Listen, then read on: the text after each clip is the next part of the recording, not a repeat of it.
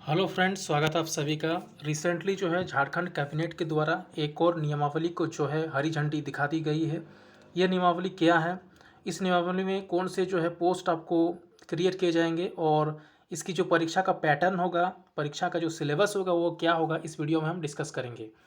तो नियमावली का जो नाम है वो देख लीजिए, झारखंड सहायक कारापाल संवर्ग संशोधन नियमावली 2022।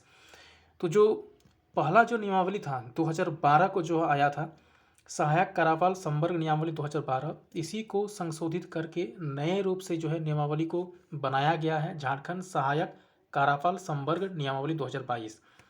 तो इसमें आपको बताएंगे कि इसमें एटलीस्ट कितने वैकेंसी जो है आने की संभावना है।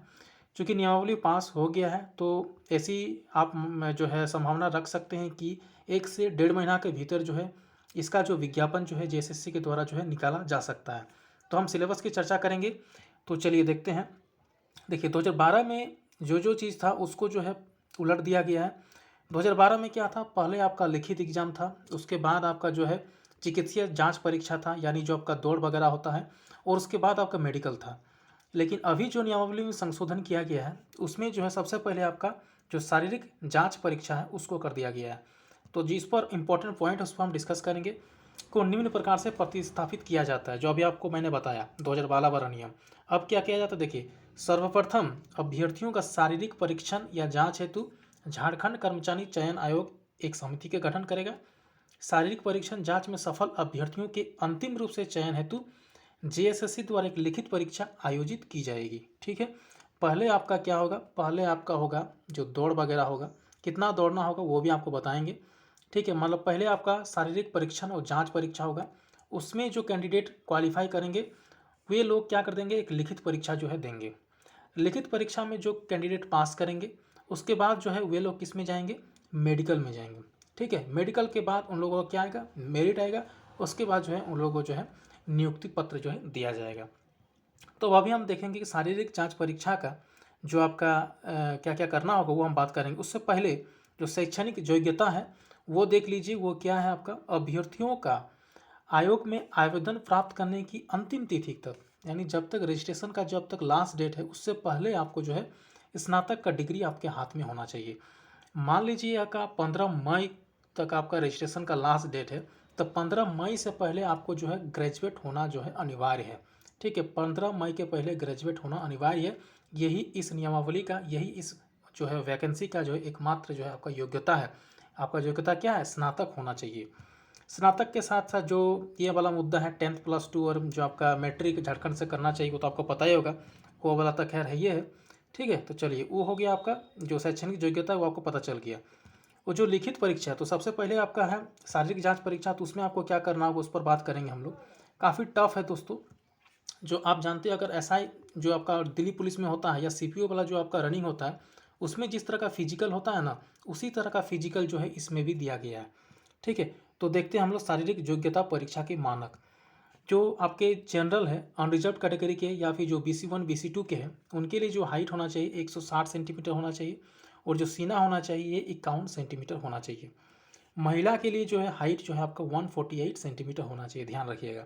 और जो SC और ST कैंडिडेट हैं उनके लिए हाइट 155 सेंटीमीटर होना चाहिए, और सीने का जो माप होना चाहिए 79 सेंटीमीटर होना चाहिए। ये तो पहला हो गया आपका ऊंचाई। दौड़ जो है आपको कितना दौड़ना है, 1600 मीटर आपका दौड़ना है 6 मिनट में, ये पुरुष के लिए, और 1600 मीटर दौड़ना है 8 मिनट में महिलाओं के लिए। जो SI CPO वाला पोस्ट है, दिल्ली पुलिस SI और CPO वाला जो पोस्ट है उसमें आपको 6.5 मिनट में 1600 मीटर आपको दौड़ना रहता है। लेकिन इसका दौड़ देख रहे हैं ज़्यादा टफ है, 1600 मीटर आपको दौड़ना है 6 मिनट में। ठीक है, अपना पर्सनल एक्सपीरियंस से बता रहा हूँ दोस्तों, दौड़ में आपको काफ़ी मेहनत करना होगा। CPO में खुद दौड़ा हूँ तो हमको पता है कि कितना मेहनत उसमें लगता है। ठीक है, चलिए 1600 मीटर आपको दौड़ना है 6 मिनट में। ऊंची कूद है, ठीक है, लॉन्ग जंप है, हाई जंप और लॉन्ग जंप दोनों है। तो हाई जंप आपको दौड़ना है करना है आपको 4 फीट पुरुष के लिए, और आपको 3 फीट आपका हाई जंप है महिलाओं के लिए। 3 अवसर आपको दिए जाएंगे। CPO में भी आपका 3 अवसर है। लंबी कूद लॉन्ग जंप आपका 12 फीट है, ये आसान है। ठीक है, और ये भी आसान है दोस्तों। CPO में तो 4.5 फीट थे आपका। ठीक है, आपका जो हाई जंप है इसमें तो 4 फीट है, खैर इसमें आसान है थोड़ा सा, आप लोग प्रैक्टिस कीजिएगा तो आराम से कर सकेंगे इसको। और जो जो आपका लॉन्ग जंप है महिलाओं के लिए वो आपका 9 फीट है, इसमें भी आपको 3 चांस आपको दिए जाएंगे। ठीक है, बाकी सारा डिटेल आपको एक्सपीरियंस हम बताएंगे किस तरीके से आप लोग करेंगे, ये सारा चीज़ वो भी आपको करेंगे। और गोला फेंक आपका 16 पाउंड का है, ठीक है। ये आपको 15 फीट तक फेंकना है पुरुष के लिए और 10 फीट तक फेंकना है आपको महिलाओं के लिए। 3 अवसर आपको प्रत्येक में दिए जाएंगे, तो इसमें ध्यान रखना है। काफ़ी टफ है, आप लोग कर लीजिएगा, ठीक है। प्रैक्टिस से आपको सब कुछ पॉसिबल होगा। तो इतना जो है आपका फिजिकल टेस्ट में आपको लिया जाएगा। दौड़, हाई जंप, लॉन्ग जंप और आपका जो गोला फेंक है वो आपका गोला फेंक कितना, लगभग 16 पाउंड, ठीक है। तो चलिए, ये आपका हो गया शारीरिक जांच परीक्षा। तो इसको पास करने के बाद, इसको क्वालिफाई करने के बाद जो है आपका क्या होगा, लिखित परीक्षा होगा। तो लिखित परीक्षा आपको जेएसएससी के द्वारा लिया जाएगा और ये ऑब्जेक्टिव नेचर का होगा, वस्तुनिष्ठ नेचर का होगा। यहाँ सब्जेक्टिव थोड़ा टाइपो हो गया, टाइपिंग मिस्टेक क्या है हम लोग, तो ऑब्जेक्टिव नेचर का ही जो है ये आपका पेपर होगा। इसमें आपको क्या पूछे जाएंगे, देखिए सबसे पहला आपको पूछा जाएगा सामान्य हिंदी और क्षेत्रीय भाषा ज्ञान। इस विषय में 2 भाग होंगे। प्रथम भाग में सामान्य हिंदी 50 अंक के प्रश्न पूछे जाएंगे, ठीक है।